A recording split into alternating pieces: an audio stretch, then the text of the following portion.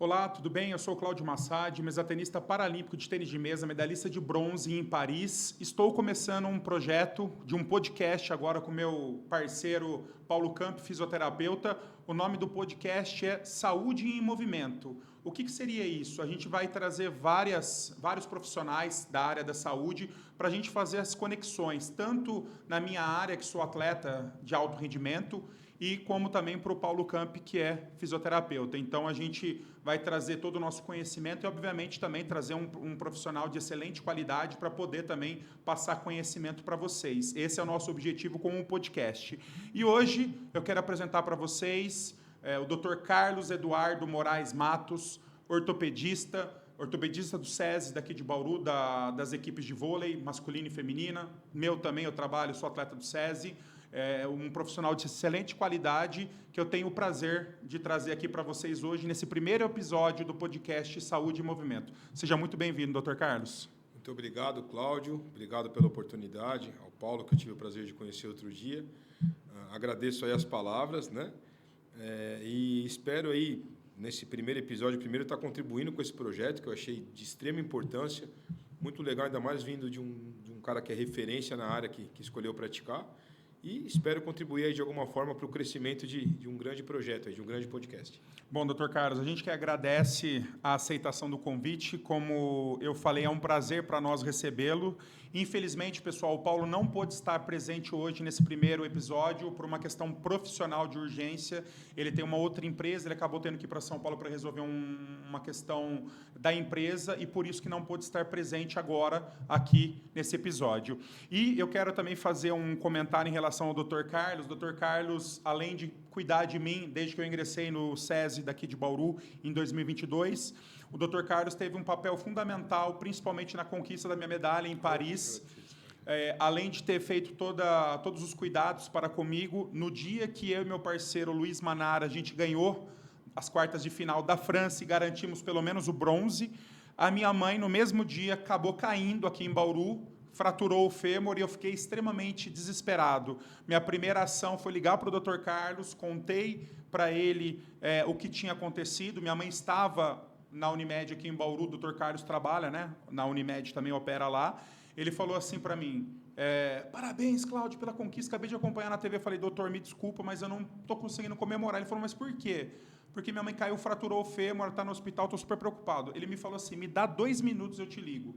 Não deu 2 minutos, aí ele me ligou e falou assim, Cláudio, fica tranquilo, já assumi a cirurgia, ela vai ficar bem, é minha especialidade, confia em mim, faz o teu aí que eu faço o meu aqui. Falei, doutor, muito obrigado, era tudo que eu precisava ouvir e graças a essa tranquilidade que ele me deu, eu consegui jogar, desempenhar e a gente conquistou essa linda medalha de bronze. Fica aqui minha gratidão ao senhor, doutor, muito obrigado. E, pessoal, eu vou apresentar agora o doutor Carlos, ortopedista, como eu falei. Doutor, conte um pouco da sua trajetória para todo mundo que está acompanhando aqui, como surgiu sua atuação na ortopedia esportiva. Bom, primeiro, obrigado pelas palavras, foi um prazer e agradecer a confiança também. E que bom que, de alguma maneira, contribuir com um projeto tão grande. Bom, eu sou médico, né, formado pela Faculdade de Medicina de Marília, no ano de 2005. E no início do internato, no meu 4º ou 5º ano, a única certeza que eu tinha é que eu gostaria de escolher uma área cirúrgica. As áreas clínicas, elas não me cativaram muito. Gostaria de uma área cirúrgica.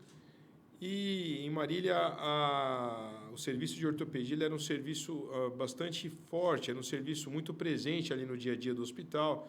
Diria que era um dos carro-chefes do hospital na minha época, do Hospital das Clínicas de Marília. E acabei optando, durante o internato, por prestar residência em ortopedia. Fiquei em Marília os 3 anos, tirei o título.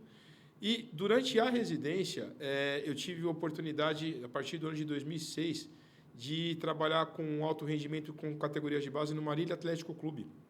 Era um ano onde o MAC estava com um projeto bastante grande, ele tinha acabado de ascender à Série B do Campeonato Brasileiro de Futebol Profissional, as equipes de base conseguiam chegar às fases finais de Campeonato Paulista, e eu acabei ingressando na base, e até o ano de 2009 eu fui um dos médicos responsáveis pelo setor de alto rendimento, ali pelo departamento médico do Marília Atlético Clube. E ali nasceu uma paixão E eu sempre vi que a ortopedia, apesar de a medicina esportiva não ser só isso, mas que a ortopedia ela desempenhava um papel um pouco mais fundamental nessa área de alto rendimento, que foge muito ao que a maioria das pessoas faz. Mas ali acendeu um pouquinho. Não foi a área que eu escolhi para continuar depois. Acabei optando por cirurgia do trauma na Faculdade de Ciências Médicas da Santa Casa de São Paulo, Pavilhão Fernandinho, onde acabei sendo convidado para permanecer no grupo, na área de assistência do grupo de trauma. Acabei dentro dessa área, escolhendo a área de fixador externo, alongamento ósseo e reconstrução. Acabei permanecendo na Santa Casa por mais uns 3 anos, até que acabei vindo para a cidade de Bauru, onde eu acabei tendo a oportunidade de trabalhar no time de basquete, no Bauru Basquete, e há 8 anos o SESI, inicialmente a equipe da Associação Bauru, acabei assumindo a equipe feminina, e há 4 anos o SESI, de maneira geral, a coordenação do Departamento Médico do Interior, que contempla Botucatu com o projeto do judô, Araraquara com basquete feminino, Franca com basquete masculino, mas hoje tem um outro colega lá, e os atletas paralímpicos foi onde eu conheci aqui o meu amigo Claudião. Muito bem, doutor. E, doutor, para o pessoal que está acompanhando, e uma diferença que eu tive também quando eu comecei minha carreira, para poder também falar para o pessoal, o que diferencia a ortopedia esportiva da ortopedia tradicional? Acho que, basicamente, quando alguém escolhe fazer ortopedia, o que vem na sua cabeça é a fratura, certo? Então, o trauma básico, que é o que leva você, é o que te cativa inicialmente. Obviamente que a atividade esportiva acaba ingressando um pouquinho conjuntamente nisso, já que a imensa maioria das lesões está relacionada ao sistema musculoesquelético. Obviamente, a gente não pode esquecer principalmente das patologias cardiovasculares. Vide aí os problemas que tivemos com atletas profissionais de futebol do São Caetano, o famoso caso Serginho, no começo do século, o jogador do Nacional do Uruguai também, agora num jogo contra o São Paulo. Então, a ortopedia ela acaba aqui, ela engloba o maior número de patologias que esses atletas apresentam. Então, na verdade, elas não se dissociam, mas eu acho que o que diferencia um pouquinho é que a ortopedia tradicional ela é muito voltada, inicialmente, tirando as suas subespecialidades, ao trauma. E a fisiologia do exercício, ela está mais... a ortopedia relacionada ao esporte, ela está muito relacionada à reabilitação e muito relacionada à prevenção. Óbvio, você tem o diagnóstico de lesão, mas você trabalha muito com a equipe multidisciplinar nesses 2 pontos, reabilitação e prevenção. Sensacional. E, doutor, agora vamos pegar esse tópico médico, fisioterapeuta e atleta, como a gente colocou aqui na pauta, cada um com o seu papel. Qual é o papel do médico ortopedista dentro de uma equipe esportiva de alto rendimento? Bom, inicialmente, você vai acabar fazendo as avaliações dos atletas, normalmente, não só da parte ortopédica, então toda a pré-temporada, independente da temporada anterior e do atleta estar aqui com a gente ou não. Você tem um protocolo de exames cardiológicos e bioquímicos a serem feitos.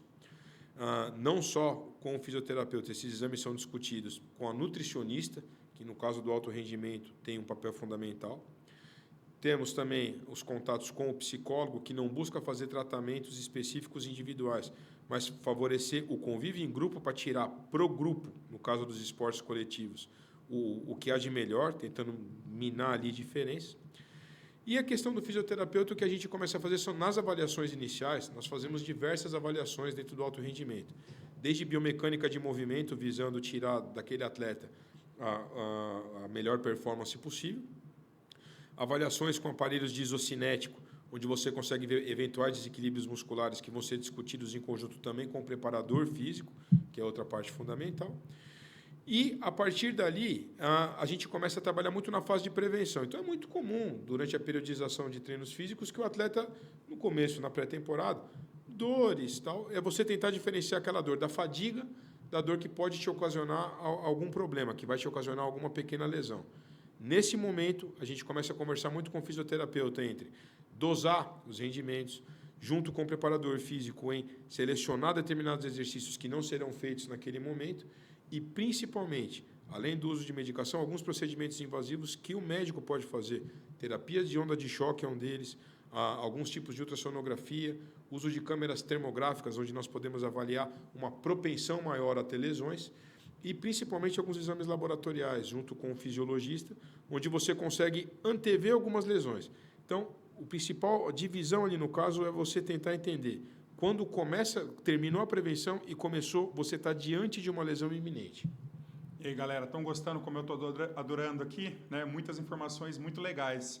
E isso é bacana, doutor, porque eu vejo muito as pessoas não terem noção do que é isso. Eu estava comentando esse final de semana passada estive em Brasília, compromisso com o Conselho de Atletas do Comitê Paralímpico Brasileiro, do qual eu faço parte, e também eu estava num centro de treinamento lá, onde a gente falou justamente isso, a importância de um trabalho coletivo, não só nos esportes coletivos, mas no meu caso também como atleta de tênis de mesa tenista, eu tenho que ter uma equipe multidisciplinar, como o senhor faz parte da minha equipe, o fisioterapeuta, o Paulo, o preparador físico, o nutricionista, enfim, toda essa equipe aí que faz com que a gente consiga extrair o nosso melhor.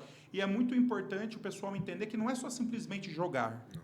Né? Eu falei muito isso. Quando a gente estava em Paris ano passado, o Comitê Paralímpico Brasileiro levou uma equipe sensacional de dezenas de médicos, fisioterapeutas, tudo, preparadores físicos, para que o atleta ele não só jogasse, mas ele estivesse bem para jogar, jogasse bem também, obviamente, e o recovery, a recuperação pós-jogos, não, que é muito importante. Então, não é simplesmente só jogar, por isso que é muito importante ter uma equipe com todo esse conhecimento para que a gente consiga sempre extrair o nosso melhor. E pegando essa fala sua, doutor, uma coisa muito importante, e onde termina o papel do médico e onde começa o da fisioterapia? Como o Paulo não está aqui, eu estou fazendo as vezes dele, tá?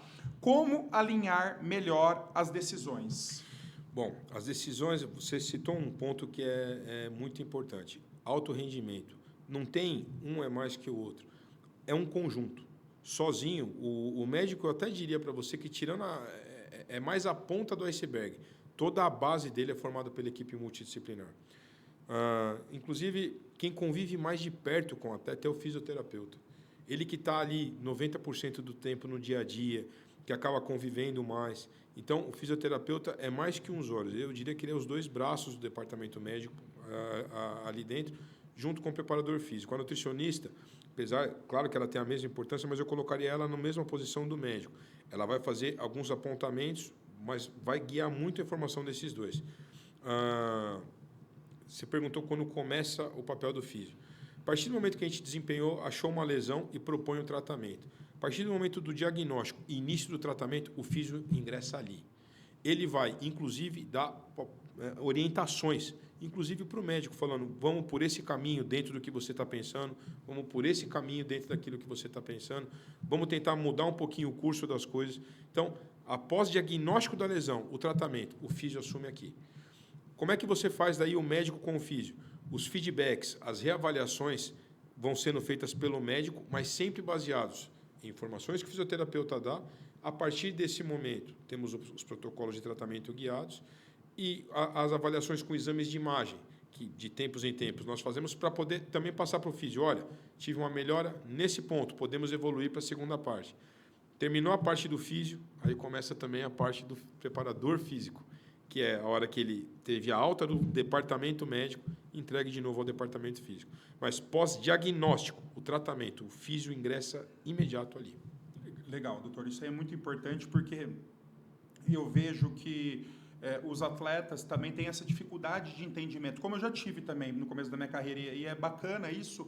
Acho que a interação entre os profissionais é fundamental. E assim como o senhor falou, o senhor dá o diagnóstico, a partir desse momento o físio assume, até ele terminar o trabalho dele, aí ele conseguindo recuperar, juntamente com esse trabalho, fazendo as avaliações, se precisar, os exames de imagem, e aí sim ele é entregue de volta para iniciar o trabalho dele com o preparador físico para voltar, para conseguir praticar.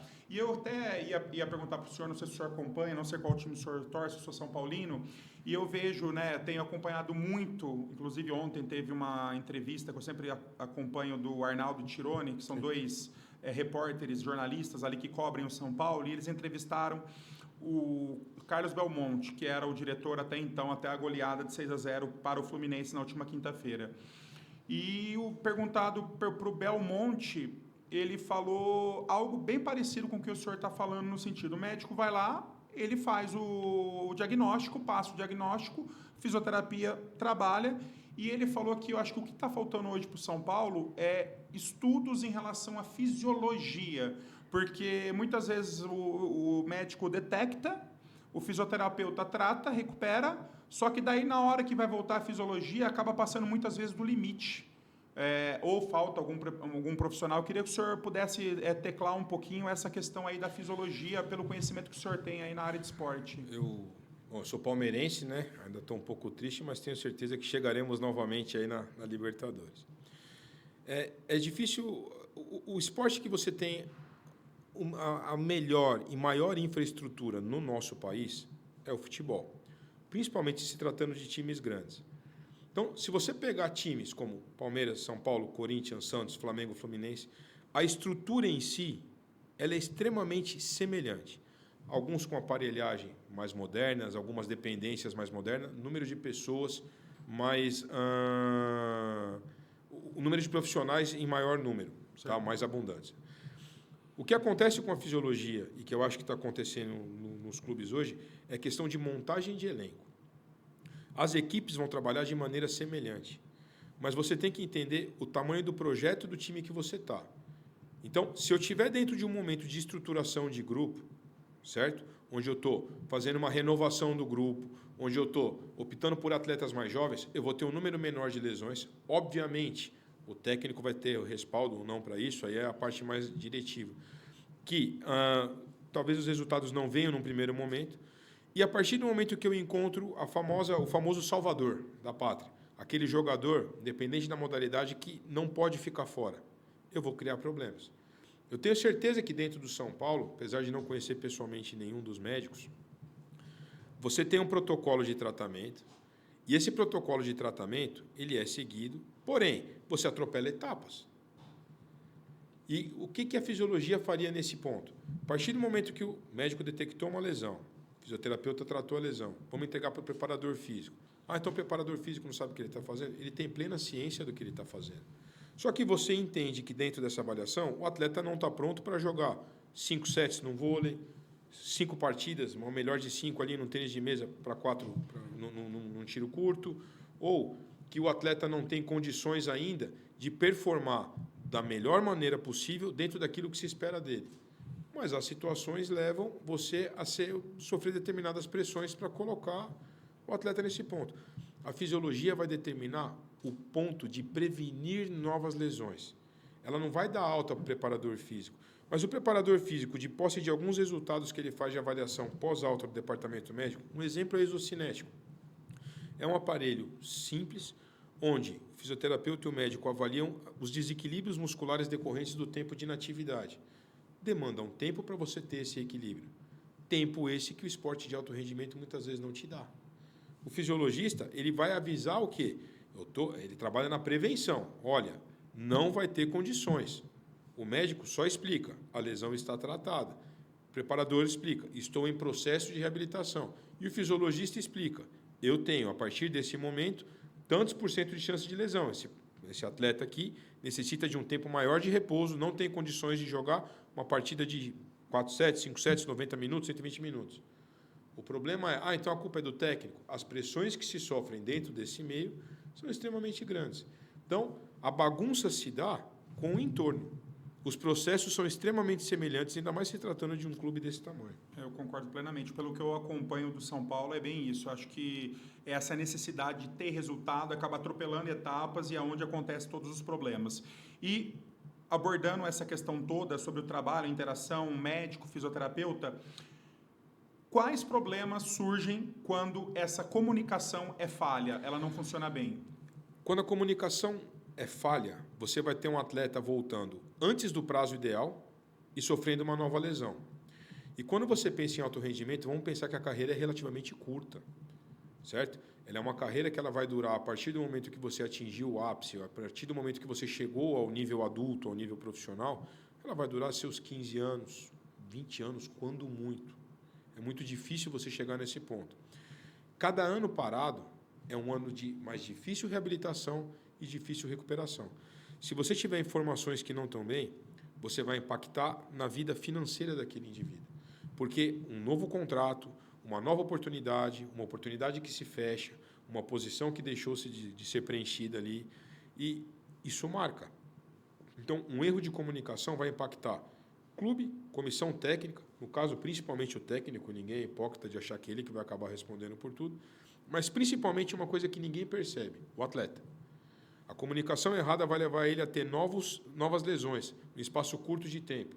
E aí começam os boatos, ou o departamento médico é ruim, ou o atleta está na noite. A questão não é o que ele está fazendo, a questão é dentro do mote que foi estabelecido. Seguiram-se etapas? Conseguiu-se planejar? Conseguiu-se, de fato, ter as passagens de informações em relação. Ele pode voltar a atuar por tanto tempo, ele pode voltar a atuar nessa intensidade. Se você não seguir não tiver esse vínculo, essa sequência, essa cascata de informações na ordem correta, você vai perder o atleta. Ele vai voltar, ou ele não vai performar porque ele tem dor, ou ele vai se lesionar e vai ficar afastado mais tempo. Concordo plenamente. E, doutor, o senhor já falou um pouquinho, mas eu queria abordar um pouco mais sobre esse aspecto. As lesões esportivas. Vamos falar a relação do prevenção, diagnóstico e a decisão, a tomada de decisão. Como diferenciar, o senhor já falou um pouquinho, a dor normal do treino de uma lesão real? Bom, inicialmente, examinando. Você acaba avaliando, eu acho fundamental, mesmo que não consiga ser diário, mas que tanto principalmente os médicos, porque o fisioterapeuta está lá direto, eles acompanhem o treino, não vão lá avaliar lesões. É acompanhar o treino, é ver o treinamento. Porque é muito difícil você partir do pressuposto que o atleta teve uma lesão se não houve um trauma, um entorse, ou que não teve algo agudo ali em determinado movimento que ele tem. Então, o acompanhamento dos treinos, mesmo que seja para você ir lá e tomar um café, mas assista ao treino, olhe o treino, você ganha a confiança do atleta, a comissão entende que conta com você e mais do que isso, você enxerga o dia a dia, mesmo que não seja na intensidade que o físio consegue. Feito isso, ok, vamos começar a sentir o atleta. Ele começa a ter dor, sem nenhum impacto agudo, sem nenhum trauma, nada. Podemos medicar, vão se iniciar as medidas analgésicas que o físio já está bastante habituado, tem os horários de físio, em todos os atletas de alto rendimento eles têm uma programação.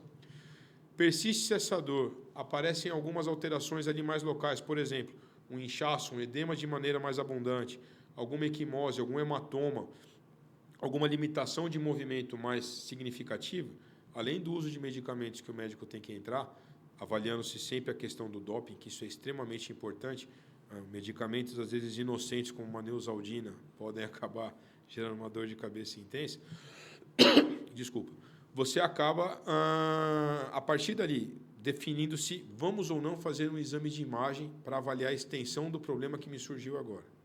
A partir dessa extensão, médico, fisioterapeuta e atleta avaliam a questão de vamos tirar ou não vamos tirar. E essa decisão tem que sair desse núcleo. Óbvio que o técnico é comunicado e participa, sim, mas é a hora que você tem que sentar e peitar. Vamos tirar, não vamos. O físio tem um feeling muito importante nesse ponto também, muitas vezes maior que o nosso. Como eu disse, tem que se assistir a treinamentos, se você quiser trabalhar com essa parte. Eu acho perfeita essa colocação, porque quando a gente fala em esporte, a gente está falando de uma modalidade específica, tem as suas especificidades. Além disso, tem um outro ponto, a individualidade de cada jogador. Então, tem um jogador que joga numa mesma posição, comparado com o outro, mas de maneiras totalmente diferentes. Né? Talvez tenha uma exigência maior pelo jeito que pisa, pula, salta, corre, faz lateralidade. E acho que isso é extremamente fundamental para um trabalho coerente, assertivo. Então, essa questão de acompanhar é fundamental. E também não consigo ver alguém que seja médico do esporte se não tiver, de fato, esse feeling, esse entendimento. Porque não adianta, como o senhor falar, só fazer a análise clínica. Né? Clínica, tratar a lesão. Veja, conheça, entenda. Não é entender do jogo, veja o que aquele cara fez.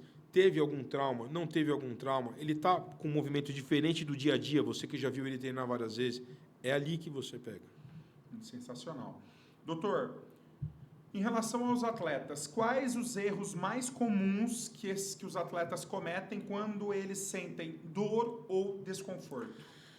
Bom, a gente entende, quando trabalha em um clube, que o atleta ele tem a sua história, ou ele veio de outros clubes, e ele tem alguns profissionais que o acompanham individualmente de outras épocas anteriores à chegada dele à instituição que ele está agora. Então, alguns erros. Por exemplo, passar um problema clínico para uma equipe de fora da que está te atendendo no momento.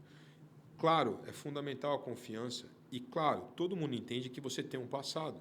Então, eu sou extremamente aberto. Eu acho que eu trabalhei, por exemplo, no meu caso no vôlei, no Minas ou no masculino no SADA.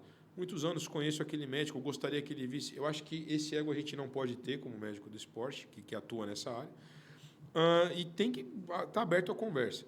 Mas o atleta, ele procurar primeiro o fora para depois trazer uma solução e pegar de surpresa todo um departamento. Então, esse eu acho que é um erro. Outro erro, o uso de medicamentos por conta própria, principalmente no ambiente competitivo, onde ele sabe que uma lesão, uma dor que está minando ele nos treinos, pode minar ele dentro de uma escalação titular de algum determinado jogo, ou no esporte individual, miná-lo de ser selecionado para um torneio em específico. Tá? Então, esconder essa lesão achando que ela vai passar, eu posso agravar um problema e comprometer uma temporada. E acabar, por exemplo, às vezes usando tratamentos alternativos. Isso é muito comum. O que eu quero dizer com tratamento? Não é massagem, acupuntura, não.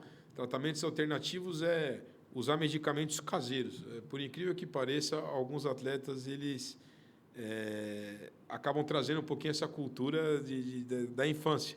E isso acaba complicando um pouquinho. Eu tive, por exemplo, uma menina da base de 15 anos, ela fez um entorse de tornozelo, entorse grau 3, bastante inchaço.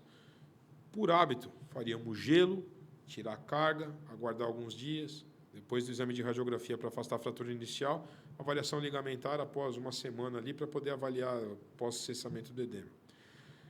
A avó dela dizia sempre que se você colocasse água quente, vinagre e sal, melhoraria muito. O tornozelo da menina ele inchou de uma maneira que cresceram bolhas intensas. Eu tive que internar essa menina para fazer antibiótico terapia. Ela pegou até uma infecção na pele ali pelas bolhas. Claro que você não faz por mal, claro que são, mas é esse ponto. É o atleta entender que ele chegou num nível que ele precisa ter, gostando ou não, pelo menos um amparo de alguém ligado a essa área. Não, eu acho muito importante, porque eu vou fazer uma correlação com o meu esporte, né? O tênis de mesa a gente utiliza borrachas, que a gente tem borracha que você coloca muito efeito, borracha que neutraliza efeito, borracha que inverte o efeito. E um dia uma atleta, já tinha um início ali de uns 5, 6 meses, ela adquiriu uma raquete e ela ouviu do tio dela, que não sabe nada de tênis de mesa, que ela deveria passar um produto, acho que se não me engano passou talco, alguma coisa com mais outro produto.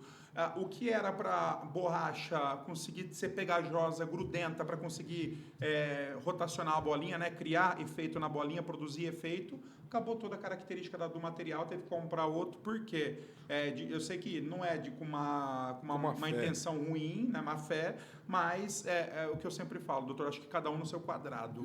Se não sabe, vai procurar informação, não fala só por achismo, né? E como o senhor falou, a gente que é atleta de alto rendimento, a gente tem que errar o menos possível. Por isso que a gente precisa trabalhar com profissionais competentes de fato que tenham esse conhecimento. Muito bom. E doutor, em relação às dores, melhor dizendo, as lesões, qual lesão é subestimada pelos atletas ou pelos profissionais? Eu diria principalmente as lesões musculares. Tá? É óbvio que cada esporte tem alguma nuance. No caso do vôlei, o ombro. Algo que eu percebi, eu estou no vôlei há 7 para 8 temporadas. As lesões musculares abdominais.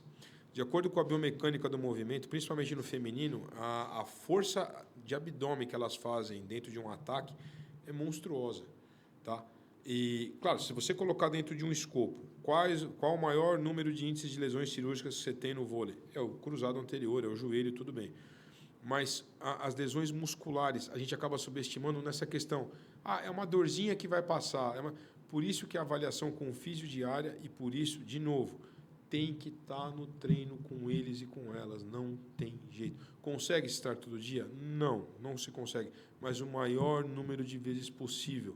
Você consegue, pela característica da mobilidade daquele atleta que você já acostumou a ver, conseguir entender, aqui tem uma limitação significativa, não, aqui é mais uma fadiga.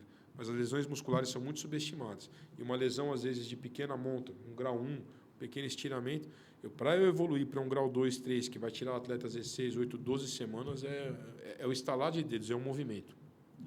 Por isso que ouvir a equipe médica é fundamental.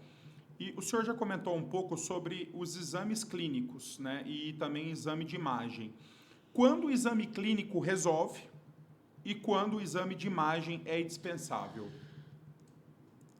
Se você for pensar na prática, o exame clínico muitas vezes ele resolve para a gente. Mas você tem que pensar que eu estou diante de um cara que ele é a exceção da exceção da exceção da exceção no que ele escolheu fazer. Independente de, às vezes, a gente falar, fulano é um perna de pau. Para esse fulano que você julga perna de pau chegar no nível que ele chegou de jogar um futebol num time grande, pode ser um jogador que você não goste, um vôlei num time grande, esse cara ele passou por peneiras que você nem imagina. Ele é extremamente acima de qualquer média. Não dá para eu achar assim, você é um atleta paralímpico. Ele não começou a jogar tênis de mesa e um dia viu, não é assim. É a peneira, é um funil muito grande. Por que eu estou dizendo tudo isso? Não basta eu falar. Eu não posso ser correto. Eu tenho que ser, parecer e confirmar ser correto. O exame de imagem, muitas vezes, é para tratar o atleta, é para tratar a cabeça. E claro que ele confia em você. E com o passar do tempo, principalmente quando você está muito tempo com ele, você falou, ele vai seguir aquilo. A questão é, o exame de imagem, muitas vezes, a gente faz para tratar o atleta. Claro, um trauma agudo, um entorse mais severo, ele vai me trazer informações. Eu não consigo fazer as mobilizações de exame de avaliação física ortopédica de imediato, após uma lesão mais significativa. Aí o exame de imagem vai poder me antever passo. Porém, muitas vezes aquela dorzinha, aquele incômodo, a lesão muscular, mesmo a parte clínica falando, está tudo bem, eu preciso tratar o atleta. O exame de imagem vai ser um complemento disso. Legal. Então, frisando, sempre a individualidade, sempre acompanhando cada caso, cada atleta. E, doutor, em relação ao retorno do esporte, que a gente está falando muito sobre a questão de dores, lesões, quem decide o ok, a hora de retornar? O que pesa mais no retorno ao esporte? Exame, o senhor já falou um pouco, força, funcionalidade ou, como o senhor falou, da imagem, do exame de imagem, a confiança do atleta? A confiança 100%. Por que eu digo a confiança 100%? O exame de imagem ele sempre vai estar um passo atrás da parte clínica. É muito difícil você ficar fazendo controles de lesões com exames de imagem. O atleta, às vezes, ele está sem dor, sem nenhuma restrição de mobilidade. Pelos prazos estabelecidos em protocolos, você sabe que aquela lesão está tudo bem. Se eu fizer um exame de imagem, ainda vai aparecer um processo de fibrose, um processo de cicatrização em andamento. E você sabe que aquele atleta tem condições.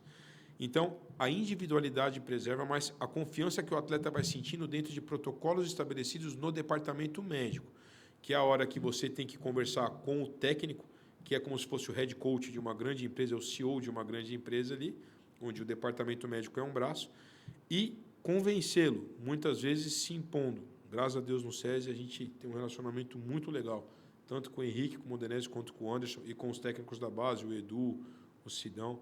Então você consegue hoje manter esse bom relacionamento e eles entendem, eles não interferem. Mas o departamento médico dá a palavra final sempre. Primeira conversa com o atleta.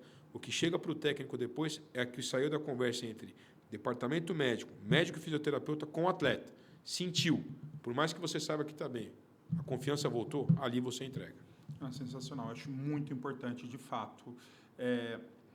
Eu lembro que em 2020 eu caí na minha casa, escorreguei, eu acabei batendo o joelho meu que é bom, a deficiência que eu tenho é na perna esquerda, bati o joelho direito, ali deu uma fissurada no menisco. Na época eu fui com o Dr. Leonardo Barbi, né, que também é especialista, ortopedista de joelho aqui em Bauru, e ele analisou e falou que não era necessário até então, porque era uma fissura. 2 meses depois, treinando, acabou fissurando, acabou rompendo de vez o pedaço e travou meu joelho. Eu fui fazer cirurgia. E fiz a cirurgia, foi graças a Deus no mesmo dia eu saí, artroscopia de joelho. Ele limpou um pedacinho do menisco, tirou, fez todo o processo. E 1 semana depois que tirei os pontos, comecei a fazer a físio. E 23 dias da minha cirurgia, depois da minha cirurgia, ele me autorizou, juntamente com o fisioterapeuta, a voltar a treinar em 23 dias. Eu estou falando que eu sou um cara pesado e com uma deficiência na perna, não a que eu machuquei na época, mas assim, de fato, eu tive muita confiança de voltar naquele momento, porque eu fiz um protocolo muito legal, tanto com o médico quanto com o Paulo, que é o fisioterapeuta que está fazendo o podcast comigo. A gente fez um trabalho de reabilitação na piscina, então foi sensacional e, de fato, eu concordo com o senhor, a confiança do atleta é fundamental, porque o atleta sem confiança, ele não consegue produzir, ele fica limitado. E é muito importante também, doutor, como o senhor falou, que os técnicos, a equipe técnica respeite isso. Eu já vi muitas vezes alguns técnicos, não aconteceu comigo, mas aconteceu com alguns amigos, que o cara fala, mas você está fazendo corpo mole, frescura, e o cara, não, estou sentindo dor. Fez exame de imagem, de fato, tinha um problema lá que o médico... Aí, com o médico falando, fazendo o atestado, o laudo, aí o profissional, o técnico, acabou ficando mais tranquilo. Mas, de fato, que bom que aqui no SESI, aqui a relação do senhor com a equipe técnica seja de abertura total e de respeito. Eu acho isso fundamental. Doutor, eu sei como é que sou atleta, já passei por isso. Queria que o senhor falasse como especialista na medicina esportiva. Como lidar com a ansiedade do atleta que quer voltar antes da hora? Olha, claro que você tem a ajuda do psicólogo aqui, né? As equipes maiores têm mas principalmente você vai tentar fazer ele entender os contras de ele tentar antecipar um retorno, por mais que ele esteja sem dor, principalmente impactando no risco iminente de uma nova lesão ou de uma relesão num lugar já acometido. Isso é simples? Não, isso não é simples. Isso demanda muita conversa. Por isso que você vai fazendo algumas vezes treinos individuais, não você médico, mas você acompanhar junto com esse retorno, com o preparador físico, o técnico e o fisioterapeuta, você começa a soltar pequenos movimentos que você sabe que ele não vai conseguir fazer, ou que ele não vai estar apto a fazer, para que ele entenda de fato o porquê da sua recusa em liberá-lo a jogar. Então, os famosos treinos, vamos fazer um teste pré-jogo. Claro que isso não existe o teste pré-jogo. Durante a semana você já entende mais ou menos ali o que aconteceu. Mas, antes dele voltar, quando começa essa ansiedade, no meio do treino, em separado, sem o contato com os outros atletas, você coloca ele para fazer determinados movimentos que você sabidamente espera que ele não consiga fazer. Nesse momento, ele entende, eu não tenho condição. E é ali também que ele ganha tanto a confiança em você, quanto na comissão, e todo mundo entende que o trabalho está caminhando, porque eu tenho uma melhora em relação ao que eu estava semanas atrás, mas ainda longe de estar no nível de poder voltar a atuar em alto rendimento. Muito importante. E, doutor, como o senhor já mencionou também, mas para poder dar uma ênfase, o retorno precoce é uma das principais causas de relesão? O retorno precoce é uma das principais causas de relesão e principalmente de perda de rendimento. Não vai conseguir performar com dor, não vai conseguir performar com limitação. Muitas vezes você acaba tendo lesões em outras áreas porque você tenta proteger demais a área que você sabe que não está bem. Por exemplo, é muito comum você ter um entorse de tornozelo ou um entorse no joelho contralateral quando você acabou de retornar de um entorse no joelho. Por exemplo, torci o joelho direito, não houve uma lesão ligamentar, você antecipa esse retorno. A chance de ter um entorse contralateral é muito alta. Você vai proteger, você não fará os movimentos de maneira natural. Você vai pensar para fazer movimentos que você faria naturalmente. O atleta não vai performar, o atleta vai ter uma relesão, o rendimento cai e a temporada começa a entrar novamente pelo buraco. Eu imagino, e de fato, e como é difícil para a gente que é atleta entender e aceitar. Eu falo muito isso para os atletas mais novos também, que o pessoal não entende, o pessoal acha que vai jogar bem o ano todo, todos os jogos. É humanamente impossível. A gente sabe, existem, por exemplo, no meu caso, eu não sou um cara que dependo muito do físico para jogar. Então eu consigo manter um limiar de rendimento, do meu rendimento alto por muito tempo. Só que também tem oscilo, sou ser humano normal. E o pessoal, quando você começa a explicar a questão fisiológica, o que acontece com o seu corpo, por que você não vai render, quando você começa a dar os porquês é onde que os atletas começam a ter uma noção um pouco melhor. Mas ainda, de fato, existe essa dificuldade. Eu mesmo já tive isso quando eu era mais novo. e acompanho alguns atletas que têm essa ansiedade, sempre querendo voltar e acaba atropelando o processo. E você atropelando o processo, é como o senhor falou, a recidência de uma relesão ou de perda de rendimento, ela é acentuada. Oscilações, como você falou, elas são normais. A questão é a mudança da biomecânica do movimento. Então, uma partida ruim faz parte, um momento ruim, uma falta de confiança técnica acontece no decorrer de uma temporada. E somente a repetição dos exercícios da exaustão, dos movimentos da exaustão, vai te levar a recuperar essa confiança. Se você não tiver lesão, é questão de tempo. Você vai recuperar ela sozinho. Se você tiver com lesão, você não consegue repetir os movimentos naturais. Isso é fato, não tem para onde correr. Muito importante. Doutor, vou falar um pouquinho agora mais da minha área, né, que é o esporte paralímpico adaptado e o alto rendimento. Queria perguntar para o senhor o que muda numa avaliação ortopédica do atleta paralímpico ou do esporte adaptado para um atleta convencional, ou que a gente fala um atleta olímpico. Bom, na verdade, em matéria de preparo, os dois vão ser levados a extremos, certo? As restrições físicas impostas ou por uma doença neuromuscular ou por algum problema adquirido, no caso das amputações traumáticas, elas só vão modificar, e aí é um quebra-cabeças de como o preparador físico vai fazer para fazer os estímulos musculares necessários em membros que muitas vezes apresentam restrições de movimento. E ele vai ter que dar o jeito dele. Então, assim, os preparos, o atleta paralímpico, quando você vai avaliar, esquece a parte da deficiência. O que você tem que fazer é, diante dessa deficiência, eu preciso fazer essa máquina render da mesma maneira que uma máquina que não tem nenhuma restrição física naquele momento. Então, as avaliações são idênticas. O que você leva em consideração simplesmente é, esse paciente tem alguma cardiopatia, alguma coisa onde eu tenha que procurar dentro dessa patologia, dessa doença que ele tem, alguma restrição que o alto rendimento possa levá-lo ao risco de saúde? Se não, a avaliação é idêntica. Legal. Seria, então, na verdade, deixar a deficiência, porque a pessoa já tem a deficiência, mas você vai tratar o indivíduo, ele. O que ele pode fazer, como ele tem que fazer, justamente seria a mesma linha de raciocínio, obviamente guardada as suas restrições impostas pelo movimento, pela sua alimentação, mas você vai tratar ele como um todo. Vou te dar um exemplo do porquê que você tem que tratar ele por igual. Você tem que lembrar o seguinte, a gente tem que fugir do erro de achar que o atleta paralímpico vai competir contra o atleta olímpico. Então, as modalidades, as categorias onde são divididos os atletas paralímpicos, do outro lado vai ter alguém com a restrição de mobilidade que ele tem. A tua ideia é fazer esse atleta que está aos seus cuidados render mais que o outro atleta. Por isso que as avaliações são iguais. A avaliação ela não é a restrição, a limitação que ele apresenta naquele momento que tornou ele paralímpico, ela deixa de estar nesse escopo. A questão é, eu preciso tirar dessa máquina o melhor que ela pode me dar. Como fazer isso? Então, não tem muito a questão do, mas ele não tem isso. Muito bom. Doutor, ainda existe falta de conhecimento médico específico sobre o esporte paralímpico, o esporte adaptado? Existe. Existe porque você tem a ideia, como eu te falei, que é o seguinte. O fato do paciente ele ter uma deficiência, vamos pensar nas adquiridas. Um paciente que, por um acidente automobilístico, motociclístico, acabou tendo a perda de um membro.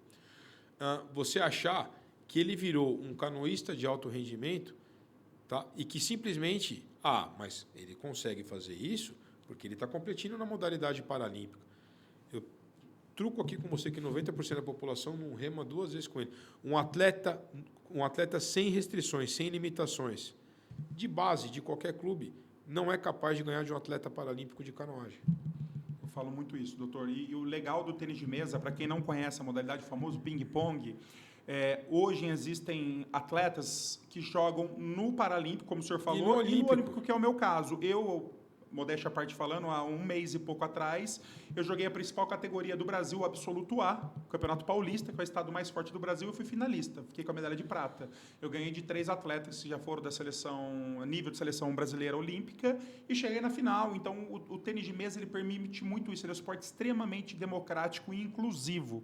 Então, até convido para quem não conhece a modalidade, ou aqui em Bauru, ou em qualquer cidade do Brasil, provavelmente tem uma academia de tênis de mesa, para vocês buscarem essa modalidade, mas é muito legal, que é onde a gente vê de fato o atleta com essa percepção. E nós somos profissionais. O pessoal, assim como eu falei, acho que eu estava conversando com o senhor um pouquinho antes da gente iniciar, a maior dificuldade que nós temos hoje no esporte paralímpico é a falta de apoio, de incentivo, principalmente da iniciativa privada. No Brasil, a gente pensa muito em governo. Ah, mas por que o governo não faz isso? Por que ele não oferece isso? Por que ele não faz... A gente sabe que o governo tem as limitações. No meu modo de ver, falando como atleta e com 40 anos de vida e 28 anos para quase de carreira, o governo ele tem que dar oportunidade. Ele tem que dar saúde, educação, segurança e oferecer a base no esporte. Alto rendimento teria que ser iniciativa privada. Como a gente acompanha aqui em Bauru, como no SESI, como a gente vê nos Estados Unidos, na Europa. Se a gente quer ser referência, a gente tem que acompanhar quem é.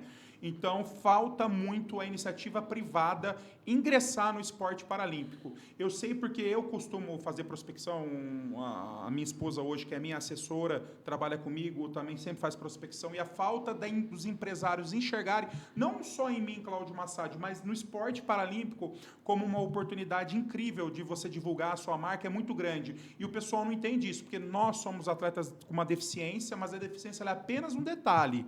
Nós somos seres humanos, nós trabalhamos todos os dias de forma integral para a gente chegar no nosso melhor nível. E muitas vezes esse nível surpreende as pessoas, porque as pessoas acham que um atleta deficiente ele não tem capacidade de jogar no alto nível. Isso não é verdade. Então, essa sua fala é muito importante, doutor. Não existe você querer comparar um atleta olímpico com paralímpico. É a mesma coisa que você querer comparar, às vezes, atletas de um atleta masculino com um atleta feminino na mesma modalidade.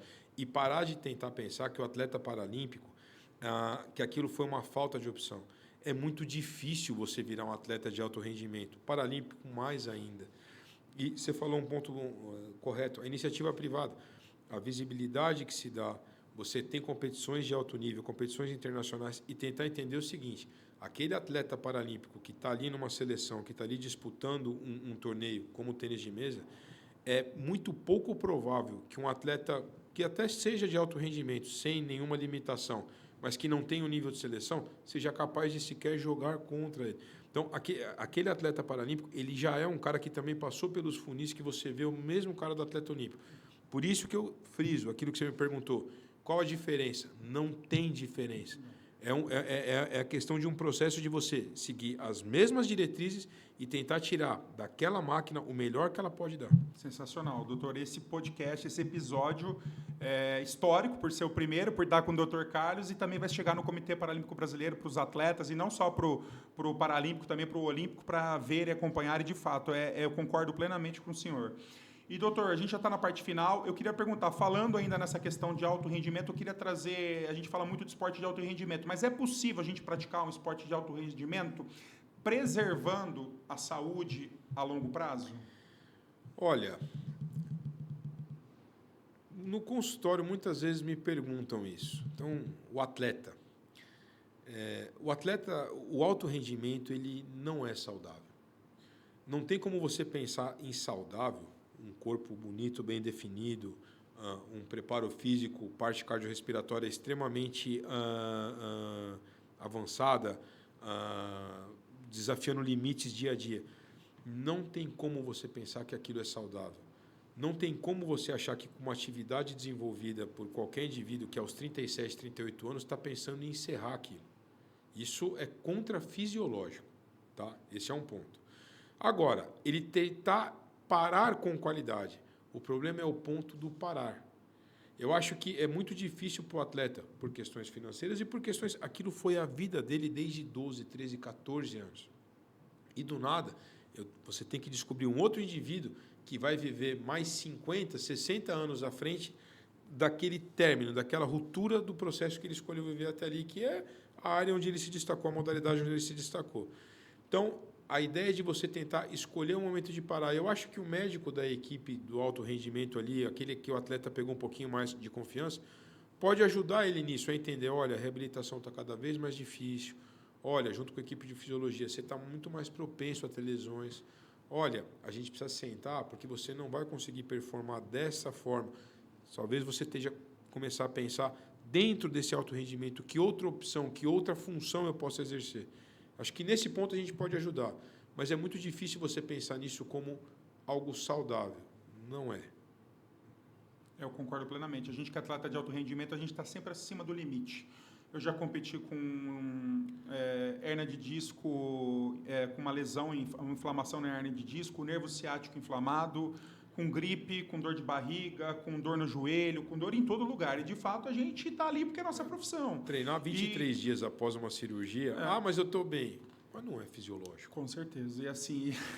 E eu falo porque é muito difícil. Eu estou com 40 anos, como eu já conversei com o senhor já várias vezes, eu me sinto bem, eu acho que eu estou no meu melhor momento, se eu posso falar assim, em todos os aspectos, e estou muito feliz. E eu quero curtir, não sei, que nem a gente estava falando um pouquinho também, provavelmente essa vai ser esse será meu último ciclo, e eu queria compartilhar com o senhor, para a gente fazer a parte final, depois finalizar, mas eu estive semana passada em Brasília, fui no Ministério do Esporte por 2 dias, e no primeiro dia eu tive conhecimento de uma área que o Ministério do Esporte está muito preocupado, que é a transição de carreira.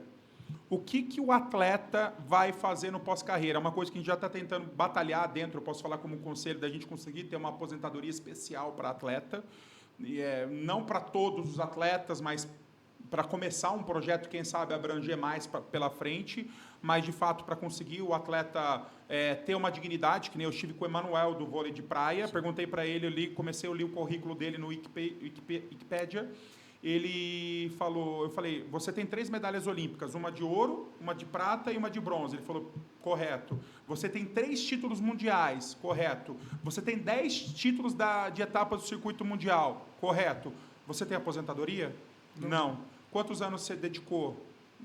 30, 40 anos. Falei, é um absurdo, um cara desse, até tinha um militar ali, até pedi desculpa para o militar, eu vou fazer até uma referência, assim como os militares, as Forças Armadas estão defendendo o país, nós também estamos.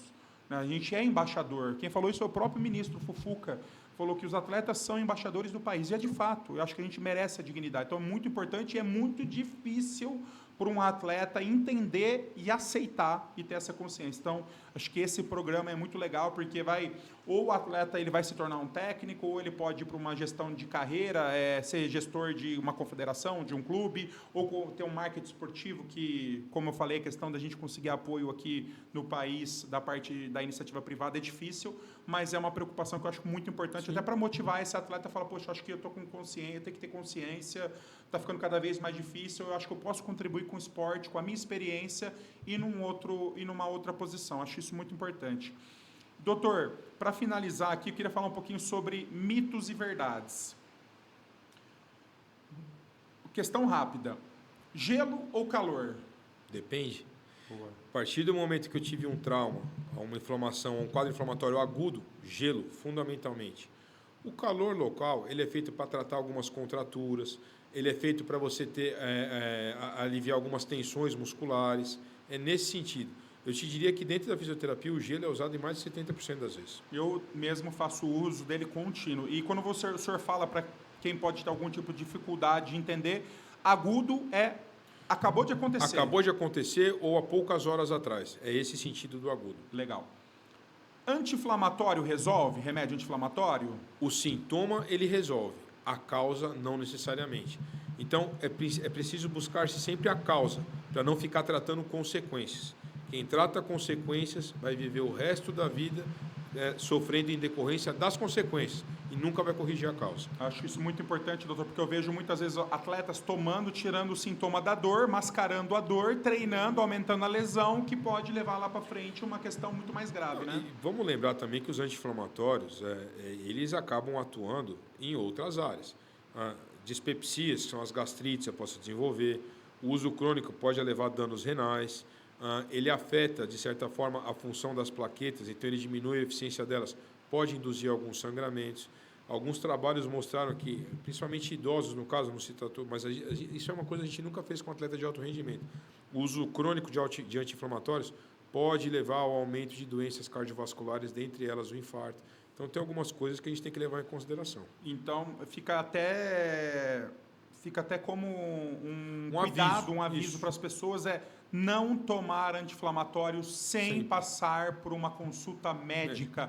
Não tenho condição de fazer uma consulta, vai numa UPA, em algum lugar, conversa com um posto, conversa com algum médico, para você, de fato, saber o que você pode tomar, como deve tomar e como que será esse uso. É muito importante. E outra pergunta também que a gente elaborou aqui, doutor, estalar articulações. Inclusive, teve um vídeo do senhor, para quem não acompanha o doutor Carlos Eduardo Matos, no Instagram, ele faz bastante vídeos falando sobre as profissões, as lesões, tudo que ele trata, é muito legal. Eu queria que o senhor falasse, estalar articulações é sinal de problema? Não. É sinal, muitas vezes, que existe uma falta de alongamento ali, alguma rigidez.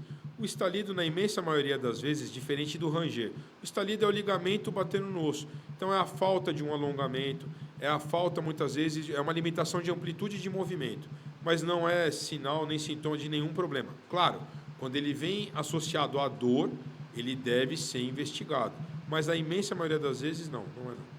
Legal, doutor, isso é muito importante. O pessoal fala, estalou meu joelho, não significa que você está com algum problema, né? É até às vezes uma questão articular, né? A articulação... A rótula acaba deslocando, subdeslocando. E, doutor, dor sempre é um indicativo de lesão? Não, mas a dor sempre mostra que pode estar havendo um exagero. A gente tem pego muitas vezes em grupos de corrida, aqui em Bauru é muito comum, é uma cidade agradável de você correr, lesões de estresse, fraturas de estresse. Eu tive, para a gente pensar em duas coisas diferentes, aí só sem ser no alto rendimento. No alto rendimento, eu acho que o caso mais emblemático é o da Natália, atleta do vôlei do Osasco, e eu, como palmeirense, o Paulinho, atleta do Palmeiras, que estava no Atlético Mineiro. Mas coisas rápidas do consultório. Eu operei uma atleta amadora, vamos dizer assim, praticante de crossfit, ela e o esposo dela são policiais, e não havia melhora, ela foi operada. Está super bem hoje, voltou a praticar a atividade dela relacionado ao overtraining, tá certo? E uma outra paciente, para a gente não achar que é só com atleta, ela é uma agente de saúde que caminha muitas quadras para fazer as visitas, eu operei ela no hospital de base aqui em Bauru, apresentou uma dor na região do quadril que não cessava, o exame apontou uma fratura de estresse, não respondeu ao tratamento conservador, também operada. O excesso, o overtraining, no caso do atleta, ou as atividades em excesso, aquele rapaz, aquela moça que estava no sedentarismo e resolveu que vai praticar uma atividade esportiva, na empolgação, pode acabar excedendo a capacidade do corpo. A dor é uma amostra, a dor é um aviso, que pode ou não estar relacionado à lesão, mas ela é um aviso. Houve um exagero. Legal. E, doutor, são duas últimas perguntas. Eu sei que o senhor trata das questões musculoesqueléticas, ortopédicas, mas falando como médico do esporte, e o senhor já mencionou algumas questões cardiovasculares, atletas de finais de semana, qual o perigo disso? Eu falo em intensidade, porque eu mesmo já presenciei uma vez, infelizmente, ia fazer um churrasco no condomínio de um amigo e um indivíduo fazendo um futebol, ele jogava uma vez de vez em quando e acabou infartando e acabou falecendo. Eu queria que o senhor pudesse falar rapidamente sobre isso. Eu te diria que o problema do atleta do final de semana é que ele não teve uma avaliação prévia. Todo início de atividade esportiva deve ser precedido de uma avaliação médica, com o cardiologista ou com o médico do esporte, que fatalmente vai te pedir alguns exames para avaliar a parte cardiológica. Mas é só uma musculação, não importa. Você pode ter um dano prévio, alguma alteração que nasceu com você congênita, ou simplesmente uma hipertensão maltratada. E essas alterações, elas podem acabar tendo um desfecho, como você falou, trágico. Então, a questão não é o atleta de final de semana, não existe início de atividade esportiva sem avaliação médica, seja no nível amador, seja no nível alto rendimento. Então, o atleta de final de semana, ele acaba tendo oscilações. Ele é um cara que durante a semana dorme mal, come mal, por vezes fuma, faz uso de bebida alcoólica, de maneira social, não estou nem dizendo por exageros, e que, do nada, ele começa a expor o corpo dele a atividades de grande demanda cardiocirculatória. E é ali que mora o perigo e eu posso ter um evento cardiológico adverso, por vezes fatal. Ou seja, independente do nível da prática que o indivíduo vai praticar, sempre tem que passar por uma avaliação médica para diminuir qualquer tipo de problema, a incidência de qualquer tipo de problema. E anual, principalmente se você já tem o check-up. Se você já tem um histórico familiar de doença cardiovascular, se você faz um tratamento de hipertensão arterial, de um diabetes, você precisa dessa avaliação e ela tem que ser repetida. À medida que as coisas vão evoluindo, o mesmo cara que estava muito bem há um ano atrás pode ter apresentado algum problema no decorrer desse período. Muito bom, doutor, muito bom mesmo. E, doutor, pergunta final. Que conselho o senhor daria para atletas, profissionais da saúde e pessoas comuns que querem se manter ativas e com saúde? Primeiro, sempre que possível, e isso é uma coisa difícil, entenda os seus limites e entenda aquilo que você quer fazer. Eu quero fazer uma caminhada para manter ativo, para melhorar a minha brincadeira com meu filho, com meu neto, para que eu possa acompanhar minha esposa numa compra ao shopping, para que eu possa fazer uma viagem sem estar cansado. Tá ótimo. Entenda que você não necessariamente vai ter aquele corpo esguio que você vê na televisão do atleta e que você não vai fazer uma maratona correndo. Então, entenda os seus limites. Entenda os seus limites e estabeleça objetivos palpáveis. Esse é o maior conselho que eu posso dar. Muito bom, doutor. Doutor, quero te agradecer imensamente por aceitar o nosso convite. Como eu falei, é o início de um projeto que a gente espera poder expandir, trazer profissionais extremamente renomados, como vocês puderam ouvir e presenciar aqui a fala muito boa do Dr. Carlos. Então, fica o meu agradecimento do Paulo, que, como eu já mencionei, infelizmente não pôde estar presente hoje porque não está em Bauru. Mas a gente queria desejar muito para o senhor todo o sucesso do mundo, um Feliz Natal, um ano de 2026 maravilhoso para o senhor, para a sua família. E eu queria que o senhor pudesse fazer suas considerações finais, falar como que as pessoas podem te encontrar, acessar, marcar uma consulta, aonde o senhor atende. E a questão também, acho que é muito importante também, hoje a gente vive na era das redes sociais. Então, para o senhor falar um pouquinho sobre o seu Instagram ou alguma outra rede social, o pessoal puder acompanhar. Bom, eu que agradeço o convite do início do projeto. Te conheci há alguns anos no SESI por uma lesão, uma dor no joelho.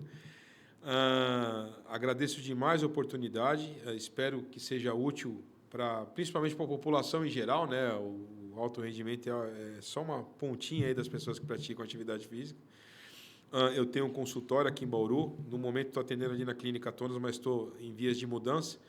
Então, hoje, quem pode me encontrar pelo Instagram, Dr. Carlos Matos, Ortopedia, e ali tem o contato para agendar consultas em caso de necessidade. Nos jogos do SESI, estou sempre lá na quadra, ali junto com o Pedro, meu amigo estatístico, sentado acompanhando. E nas redes sociais, mais mesmo o Instagram. Eu ainda estou brincando nessa parte, com você, que já é um cara mais um expert nessa área. E eu queria demais agradecer a oportunidade de falar um pouquinho do que a gente faz e explicar um pouquinho também que não é só o alto rendimento que conta. Qualquer atividade física, além de bem-vinda, é esporte. Só basta estabelecer limites. Perfeito, doutor. Esse foi o primeiro episódio do Saúde em Movimento, porque movimento é vida e saúde é parceria. Até a próxima, pessoal.